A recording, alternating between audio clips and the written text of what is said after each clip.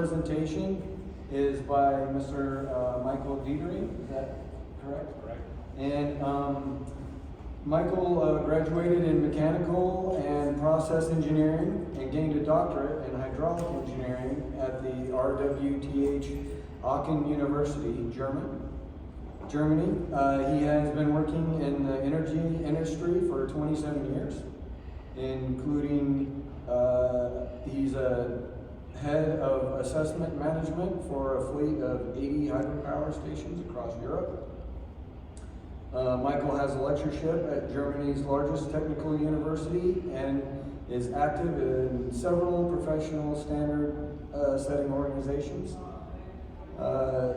He's looking to sustainably solve sedimentation problems. He started to develop solutions in his own corporation and partners with some folks in Hülskens Sediments. Is that correct? Okay. Welcome, Michael. Thank you. Presentation is up. We got. Okay.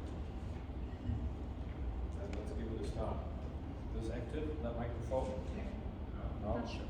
But you understand me also without?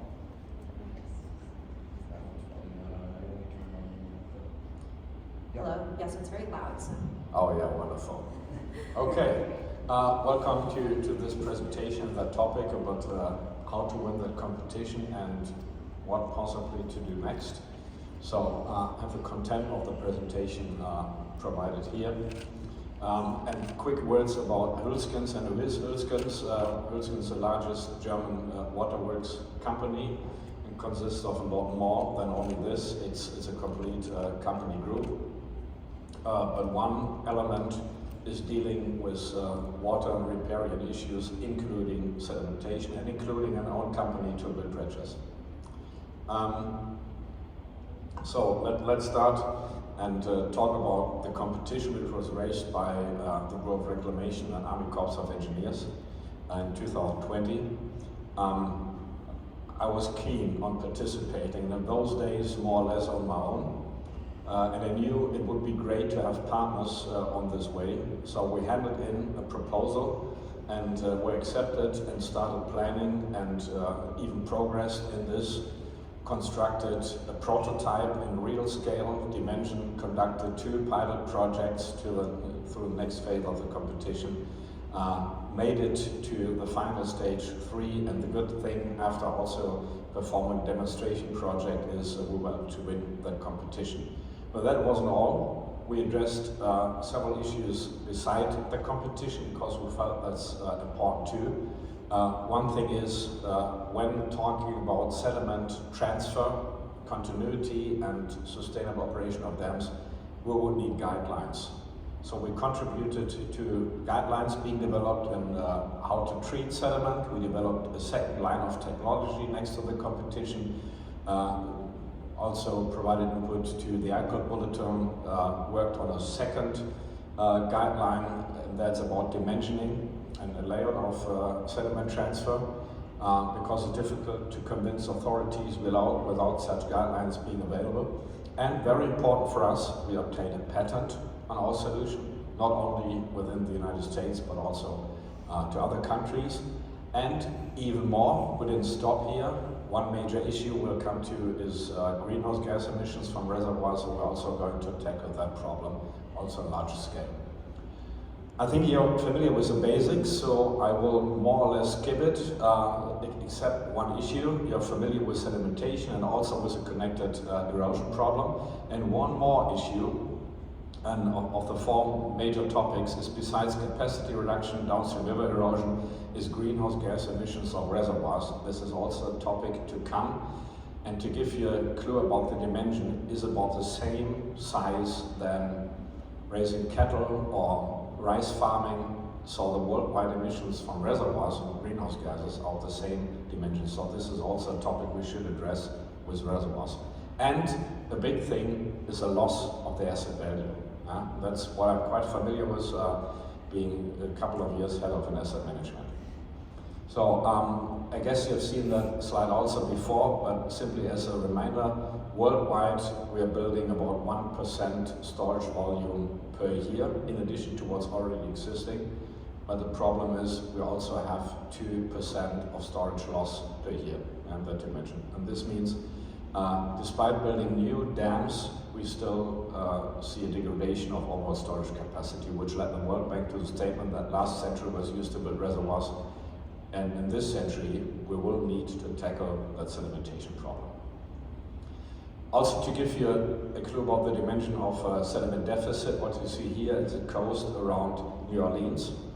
We all know what happened during Hurricane Katrina, and one problem for New Orleans is that the coastline is now not what it used to be 100 years ago, but around 2,000 years ago, due to the deficit of sediment coming in.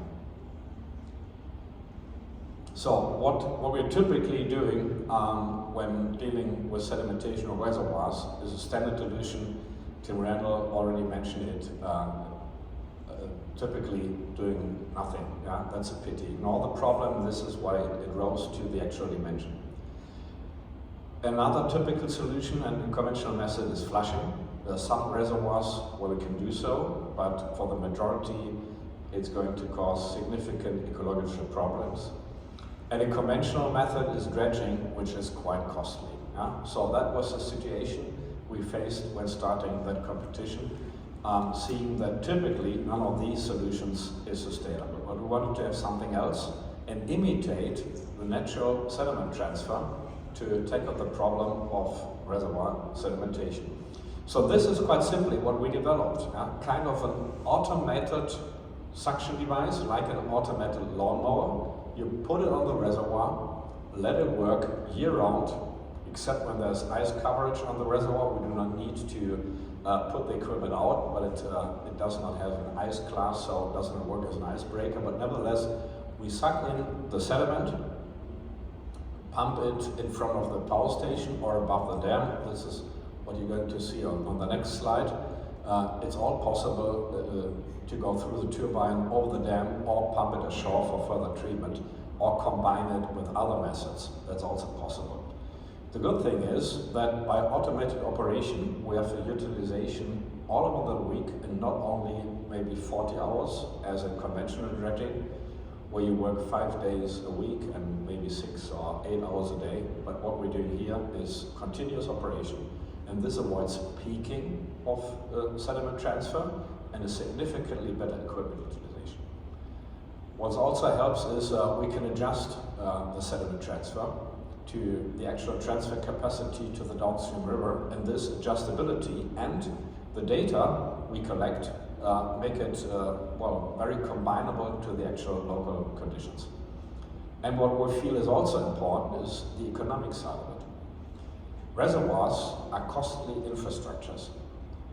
So by sedimentation, a reservoir is going to lose its major function, whether it's for food protection, water provision, or whatever. It's quite costly. And if we give up the economical value to it, it can end in a situation where the value of this asset is negative because all the burdens to that infrastructure are still to be taken, and on the other hand, we do not have such a benefit anymore. So it's a financial loss. What we can do when regaining storage capacity is to regain the asset value. Yeah? That also should be, for an asset owner, be a driver to address that problem and wait no longer. So what we did in practice during the competition is developing these two lines of technology. One is what we now call a SediMover, and you see it here with a former brand name. And what it does, it's operate across a reservoir due to a pattern or even no pattern, doing some bulk transfer on sediment from the reservoir ground. And in some cases there are problems like shallow water or debris on the ground, and therefore we developed a second line of technology who bores one hole in the sediment after another, and therefore it's also possible to work among debris. And it's great to see it in practice, so that it works. So good thing is it's of modular design, both types. We can combine it, work in very shallow water, like 1 foot deep, that's all. And we can transfer not only fine particles like sand, but depending on the pump we are implementing here, the particles can be up to 4 inch in dimension. So really transferring gravel and even small stones, that's also possible.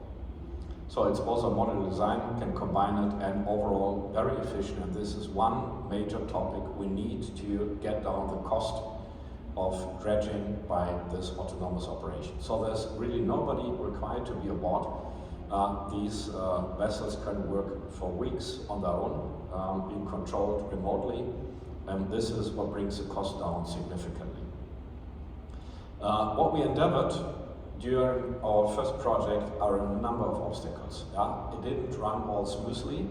What we experienced, for example, were frequent floods without any warning, and strong currents.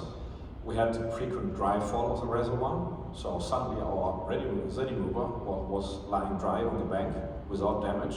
That's also fine. We had heavily consolidated sediments and very shallow sections, a lot of debris, like carpets, automotive parts. Is strange what you find in a reservoir. Had some sections with significant plant growth and power limits. In times we only had 40 kilowatts available for operation, but we did.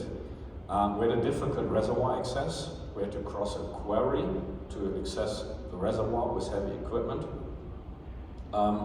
And due to the distance, we added a booster pump because we had a transfer distance significantly more than 1 kilometer. It depends on the pump being installed whether we would need it or not.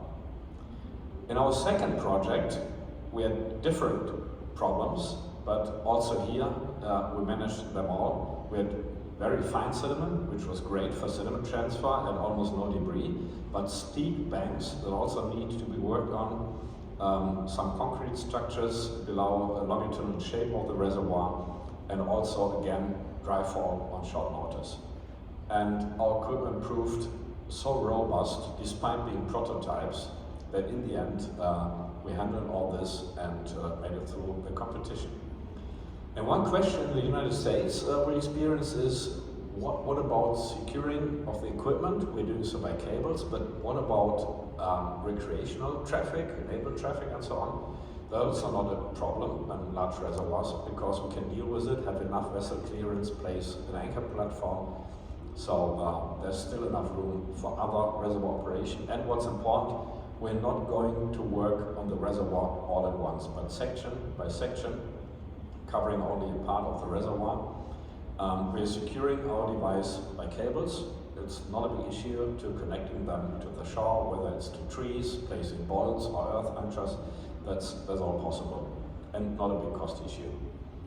And what's really new is the cloud computing we connected. So we have transparency on what we're doing, not only for us, but also for the dam owner and for the authorities. So we can see how many sediment we're going to transfer, what the limits are, what operating time is, and all these operational parameters. That's quite fine, and I think that's new to the business. It's fully automated. We can do it even from the smartphone. It is as simple because it's more convenient to do it from a full computer with different access rights. So not every visitor to that problem is able to steer our equipment. And by having this data available, we have a very proper documentation of our project. Already mentioned guidelines being important, and indeed it is. Every project comes with a small or larger study for the layout and to know how much sediment is going to be transferred. So we developed several guidelines. The first one was initiated also by us, even the third one here. And this one is addressing criteria for sediment transfer. So what quality should the sediment be for being transferred? What can we do? What is to be regarded? The right one here is going to be published around next month or so, and this is about dimensioning of sediment transfer. Because many authorities are unsure about how much sediment is good, what is natural, because many people consider a clear river as being natural, which quite often it is not. And another one was mentioned by Martin Thiel yesterday, that ICAO bulletin, especially for countries with our own legislation on this, addressing options on how to deal with sediment transfer. So after conducting all this and entering into phase 3, it was quite impressive to see the final product being applied to a lake in this one we did then close to Hülskens in Germany, and see the sediment movement operation. And the core topic I like to mention here is how quickly and simplified the installation of that equipment was. What you see here is Lara German and myself on the lower right picture. Lara is also here. From the beginning of the installation of that sediment mover and connecting cables, piping, all that stuff, until the first transfer of sediment, it took 6 hours without any other operations allowed. So we're quite proud of this, and how it worked, and how simplified in the end it is to apply the technology. This is a picture from above. What you see is the sediment mover here with its two major elements, the pump and steering stuff inside, and sediment destruction here on this platform connected. You see the cables which are connected to the shore, and you see the transfer line. What you do not really see here is a power cable, because our equipment is electrically powered. We do not want to have any harmful substances on a vessel which is operated automatically and autonomous on a reservoir, so it's best not to have these substances aboard. What you see here is also another topic. Of course, you see here water with sediment coming out of that pipe. And our pre-question is, what about abrasion? Can we discuss this before? We did not experience real abrasion in all pipes and hoses. A topic is the pump runner. That's the only one which can be coated, and depending on the quality of the coating and runner and so on, we can use it for a couple of weeks, up to a couple of years, and it's not a big deal to replace a pump runner, which is in range of a couple of $100 only. And downtime is maybe an hour to replace a runner, so it's not a big issue. And I would like to address an upcoming topic, and this is how to tackle greenhouse gas emissions from reservoirs, which is a lot. It's so strange when you enter a reservoir, for example, for probing, and you see all these bubbles coming up. That's nothing from the fish, but it's most of it's methane emissions. And it's so strange when you collect these methane emissions and in the end connect that gas being used in a power generator, and it works. It's so much methane in that gas that we can also use it for power purposes. It's not sufficient so far to completely power the sediment mover, but at least it's a nice add-on, and what we do is we destroy the methane and generate carbon dioxide from it, which is around 80 times less climate active than methane would be. Further, other issues we're going to face after the competition, it was a great feeling to win it, is number one, we would like to become active, and make it real on tackling the sediment problem with this technology, and doing so in the US quite openly. We are open for US partners. Hülskens is the largest and oldest waterworks company in Germany, but United States is a different country, different business, so we're really open to work with partners here on dealing with this. We'd also like to enlarge our cloud processing and what to do with the data we will obtain. Another issue would be underwater 3D shaping, so we can see what we're doing under the water surface.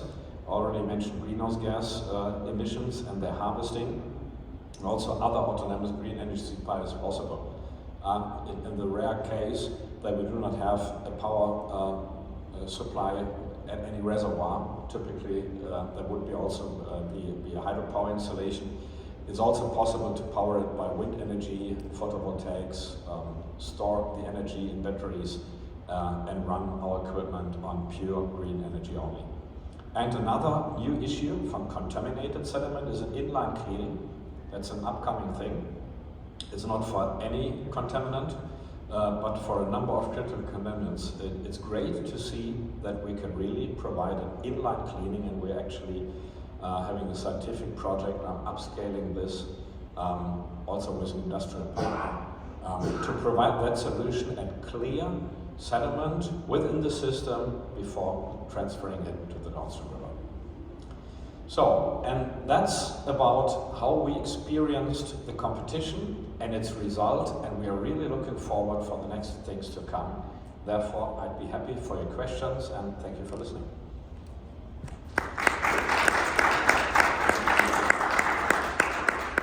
Greg. What is the productivity of the dredge? Pardon? The productivity of this particular dredge? How many cubic meters of in-situ sediment per hour?